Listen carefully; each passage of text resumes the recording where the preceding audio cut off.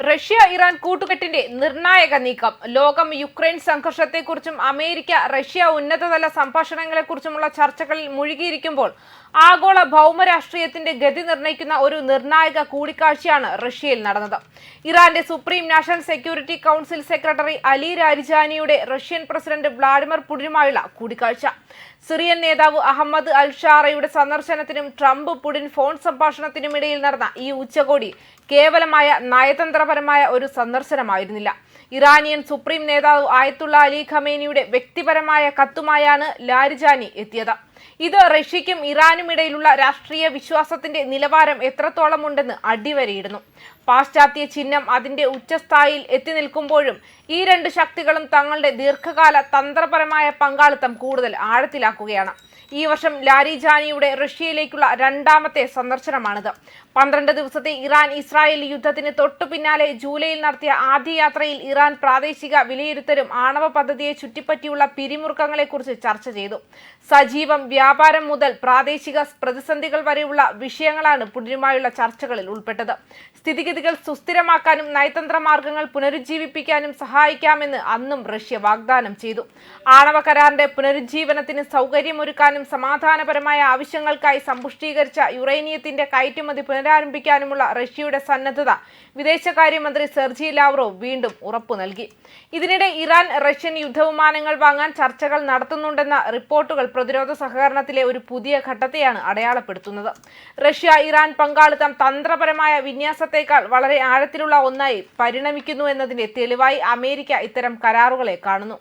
Lebanon, Syria, Yemen, Iraq എന്നിവിടങ്ങളിലെ ഷിയ സമൂഹങ്ങൾക്കിടയിൽ ഇറാന്റെ വർദ്ധിച്ചുവരുന്ന സ്വാധീനത്തെക്കുറിച്ച് ആശങ്കപ്പെടുന്ന അമേരിക്കൻ നയരൂപീകരണക്കാർക്ക് റഷ്യ ഇറാൻ സഖ്യം പ്രാദേശിക സന്തുലിതാവസ്ഥയെ തകർക്കുന്ന ഒരു പുതിയ സുരക്ഷാ ചട്ടക്കൂടാണ്.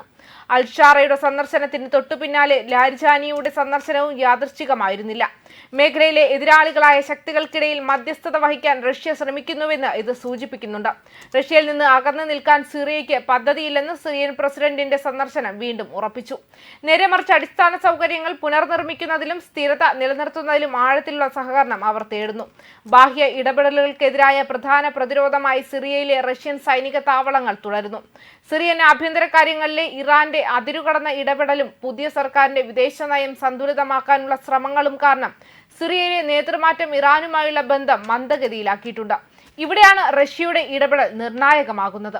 ശക്തമായ രാഷ്ട്രീയ വിശ്വാസവും സൈനിക ചാനലുകളും ഉപയോഗിച്ച് പങ്കിട്ട പ്രാദേശിക താൽപര്യങ്ങളുടെ അടിസ്ഥാനത്തിൽ സിറിയയ്ക്കും ഇറാനുമിടയിൽ ഒരു പുനഃസജ്ജീകരണത്തിന് മധ്യസ്ഥത വഹിക്കാൻ റഷ്യയ്ക്ക് കഴിയും. ഇസ്രായേലുമായി ഒരു രണ്ടാം റൗണ്ട് സംഘർഷം അനിവാര്യമാണെന്ന് ഇറാൻ പ്രതീക്ഷിക്കുന്നു. ഇറാന്റെ മെച്ചപ്പെട്ട മിസൈൽ ആയുധശേഖരവും ശക്തിപ്പെടുത്തിയ പ്രാദേശിക സഖ്യങ്ങളുമുള്ളതിനാൽ അവരുടെ ആത്മവിശ്വാസം വ്യക്തമായി വളർന്നു. അതേസമയം സിറിയൻ അതിർത്തി പ്രദേശങ്ങളിൽ ഇസ്രായേൽ തുടർച്ചയായി വ്യോമാക്രമണങ്ങൾ നടത്തിയിട്ടും പുതിയ സിറിയൻ നേതൃത്വം കൂടുതൽ പ്രായോഗികത പുലർത്തുന്നുണ്ട്. ദുഷാൻബെയിലെ CIS ഉച്ചകോടിയിൽ പ്രസിഡന്റ് പുടിന്റെ പ്രസ്താവന ഈ ചലനാത്മകതയിലേക്ക് വെളിച്ചം വീശുന്നുണ്ട്. കൂടുതൽ സംഘർഷം ഒഴിവാക്കുന്നതിൽ താൽപര്യം പ്രകടിപ്പിച്ചുകൊണ്ട് ഇസ്രായേൽ റഷ്യ വഴി ഇറാന് ഒരു സന്ദേശം അയച്ചതായി അദ്ദേഹം വെളിപ്പെടുത്തി. ഇറാൻ മുതൽ ഇസ്രായേൽ വരെയുള്ള എല്ലാ പ്രധാന നേതാക്കളും ഇപ്പോൾ റഷ്യയെ ഒരു വിശ്വസനീയ മധ്യസ്ഥനായി കാണുന്നുവെന്നും ഇത് കാണിക്കുന്നുണ്ട്.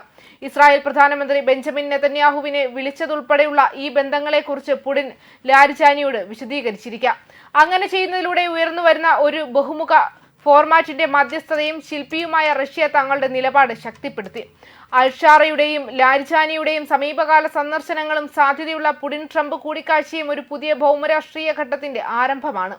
ആഗോള ശക്തിയുടെ ഭാവി തീരുമാനിക്കപ്പെടുന്ന വേദിയാണ് മിഡിൽ ഈസ്റ്റ് വീണ്ടും മാറുകയാണ്. യൂറോപ്പിന് മുൻഗണന നൽകുന്നതിനെക്കുറിച്ച് അമേരിക്ക വാചോടാപം നടത്തുമ്പോഴും 21ാം നൂറ്റാണ്ടിലെ തന്ത്രപരമായ നേതൃത്വം ഈ മേഖലയിൽ നിർണ്ണയിക്കപ്പെടുന്നുണ്ടെന്ന് അമേരിക്കയ്ക്ക് അറിയാം. റഷ്യയുമായുള്ള പങ്കാളിത്തം ഇറാന് തന്ത്രപരമായി. റഷ്യ ഇല്ലെങ്കിൽ പ്രാദേശിക സ്ഥിരത നിലനിർത്താനോ വർദ്ധിച്ചു വരുന്ന പാശ്ചാത്യ മൂലത്തെ ചെറുക്കാനോ ഇറാന് പ്രയാസമാകും.